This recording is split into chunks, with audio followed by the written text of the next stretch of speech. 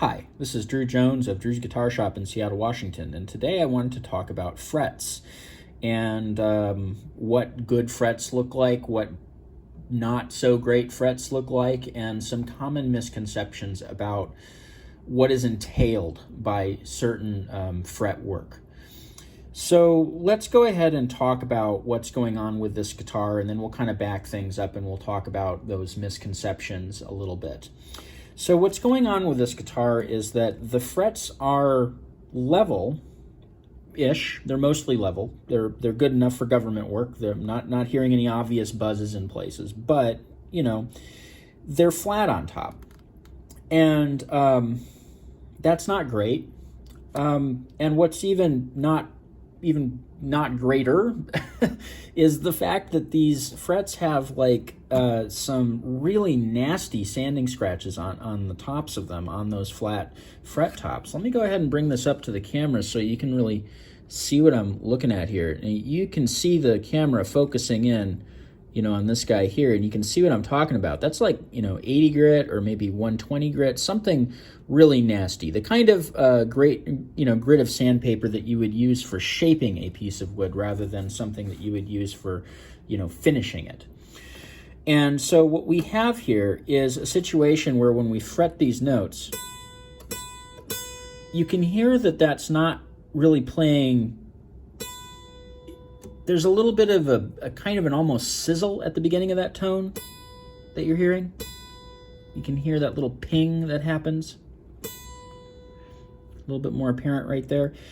But that's not all. When you come in here and you maybe bend these notes, that's not great. It's not supposed to sound like that when you bend notes. If this were an electric and you were doing that with like an overdrive pedal or a distortion pedal on, this would sound awful. This would come through like a hammer on. It would be very loud. And it's on an acoustic, but you can still hear it really loudly. And so what's going on here? How did this end up like this? Well, the way that this ended up like this is that somebody at some point decided that the frets were unlevel, and they decided to level the frets. But the way that they decided to do that, most likely, was to take a long fret block, you know, something kind of like I use, a big, long, nice machined flat block, and, you know, went in, but they did it with like some 120 grit sandpaper and leveled the frets out, took a fret rocker maybe to it and checked it, and then called it a day. They went home. You know, the job is done for them at that point.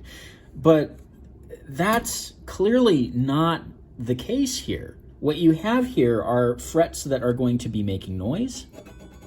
They're not going to be producing a sharp tone. They're going to be sizzling and kind of creating problems.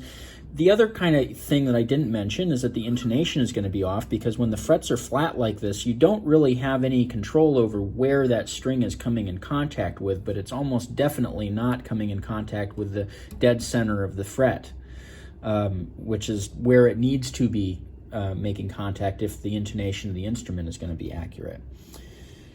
So how does something like this happen? Well, I can kind of picture a scenario in my head. And this is where I'm going to back us up a little bit and talk about perceptions.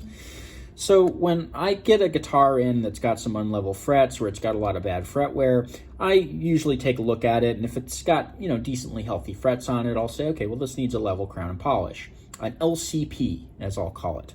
And the client will look at me and say, okay, well, what does that mean? And I'll say, well, it means that I've got to level the frets so that you don't have pits or high spots or low spots. Everything's consistent. And then I've got to go through and I've got to recrown those frets. And that involves making them not flat on top. I've done some videos on this, but basically I'll show you kind of a quick illustration of what happens.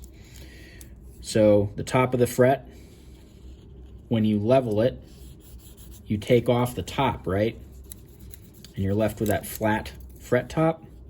Crowning means that you come in and you kind of knock off these corners and you make it round again. And so that's what crowning is. And then the next phase is going through and polishing it. The crowning is so that you don't end up with this flatness on top that causes this kind of sizzle and also creates those intonation issues. And the polishing portion of it means that you're not leaving 120 or 80 grit scratches on the frets, you're not getting this. And so all of those steps are actually pretty critical. But, you know, when I quote the price for this procedure, I'll say, okay, well, it's going to be like $160, which is, you know, typically what that job runs. You know, once in a while, I'll get a little bit of sticker shock from that. And somebody will look at me and go like, why is it going to cost so much? Aren't you just having to level the frets? It seems like that's something that I could do. And I'm like, well, yeah, you could take that home and you could do it. And, you know, if you do that, I would recommend taking it. You know, I give them some recommendations on how I would do that a little more effectively than maybe this here. But I'll follow that up by saying, like, you know, look, each one of these frets is going to take a certain amount of time to work with. And even if we're charging only, say, like, you know, $5 a fret, well, if you have, you know, 20 frets, that works out to be, you know, around $100 just by itself. But usually I'm spending a little bit more time than that on each fret when I do this job. So it ends up working out to about $160. So, you know, this kind of thing happens when you kind of see a perceived solution to a thing kind of put into action. When maybe perhaps that perception doesn't necessarily cover everything that's involved in the job, and isn't foreseeing what that job cutting those corners is going to do for the final result. And so what we have here is a guitar that has frets that are flat on top, with these nasty scratching marks. And I will tell you something else too that isn't going to be apparent, obviously, because I can't make you feel things through the through YouTube, you know, unless it's my emotional pain seeing bad work done. But if you run your fingers along the sides of these frets here, you can feel very distinctly where those corners are on the ends of these frets, because those corners haven't been dealt with by that crowning procedure and that fret and dressing that you usually would see. And so what's happening here is, as I'm running my finger along here, like I was commenting on this when the client dropped it off, I was like, is this cutting your hand? Because this, to me, I am willing to bet that if you didn't have some pretty good calluses on your fingers and you were, you know, playing up and down this thing, this could potentially actually cut you and give you a pretty nasty, dirty cut, because fretboards aren't a really great place to get cuts from. There's, you know, there's gunk on here. It's not the cleanest thing to get cut with. The other thing that I'll say too is that because the fret tops are just so flat that, like, running up the board like this, I can just, like, you can almost hear it, right? You can hear my finger catching on each one of these, because it's really sharp. It's more than like hitting a speed bump. This is like hitting a little wedge. Each time I cross one of these frets, there's like a little wedge trying to dig into my finger and put some braking action to keep me from moving up and down the neck. And that's not great for playability. So I could see somebody who likes to move really quickly up and down the neck, maybe some jazz players who are doing chords and barring and kind of moving around a lot. This is going to be a real problem. So I guess to kind of sum things up here, you know, when you think about things, you know, in terms of, you know, how a job should be done and what all the steps are necessary to do a job, you know, there's this, you know, line from Parks and Rec that kind of comes to mind, where it's like, you know, never half-ass two things, whole-ass one thing. This is what you get when you kind of half-ass a couple of things and you don't whole-ass the thing that you're trying to do. This is what happens when you try to cut corners, is that you end up with something like this. And, you know, when people aren't necessarily willing to accept the fact that, you know, maybe a job has more steps than you know, people might think.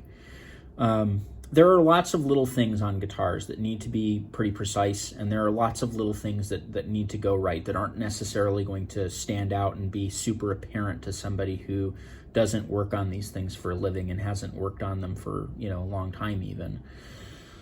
And so I get why people would think, okay, well, I'm just going to go ahead and go in there and level it. And I even get why somebody would just do it with heavy grit sandpaper and just kind of leave it. Because, you know, this isn't necessarily something that would, you know, occur to somebody, I think. And this isn't, you know, this pain, this sharpness, I don't think is something that would occur to somebody. You know, the problem in the mind of the player is, oh, I am getting some fret buzz, I need to level the frets. And so, you know, this went in and did that job, yes. It leveled the frets. But it left us with a guitar that's less than playable. And this is going to have to be fixed. So it's in here for a level crown and polish. It's going to get the right stuff done to it, and it's going to be a great player when I'm done with it. But I did think that it was a really good opportunity to show you guys this and kind of talk a little bit about this particular thing, which I know is kind of a meandering topic, so I hope you all stuck with me on it. It's only 10 minutes or so. Anyway, if you took the time to watch this video, I greatly appreciate it. I've got lots of other videos like this on my channel. If you found this helpful or entertaining and feel like kicking me a few bucks on my Ko-Fi or my Patreon, they're linked in the description of the video, and I sure do appreciate those tips when I get them. I also have a link down there to my Reverb page where I sell some instruments, and you can check that out too, see if there's anything in there that you're interested in. And I've also got a page, my web page linked down there that has my contact info and my pricing info for repairs like this, as well as a page that I wrote on caring for stringed instruments. And actually, on a related note to this topic of this video, I recently wrote a page on basically everything that you could possibly want to know about fretwork. So, you know, fret wire, how level crown and polishing actually looks when you do it. There are pictures and everything on that page, and you can check that out by going to my price page on my website and clicking on any of those hyperlinks underneath fretwork.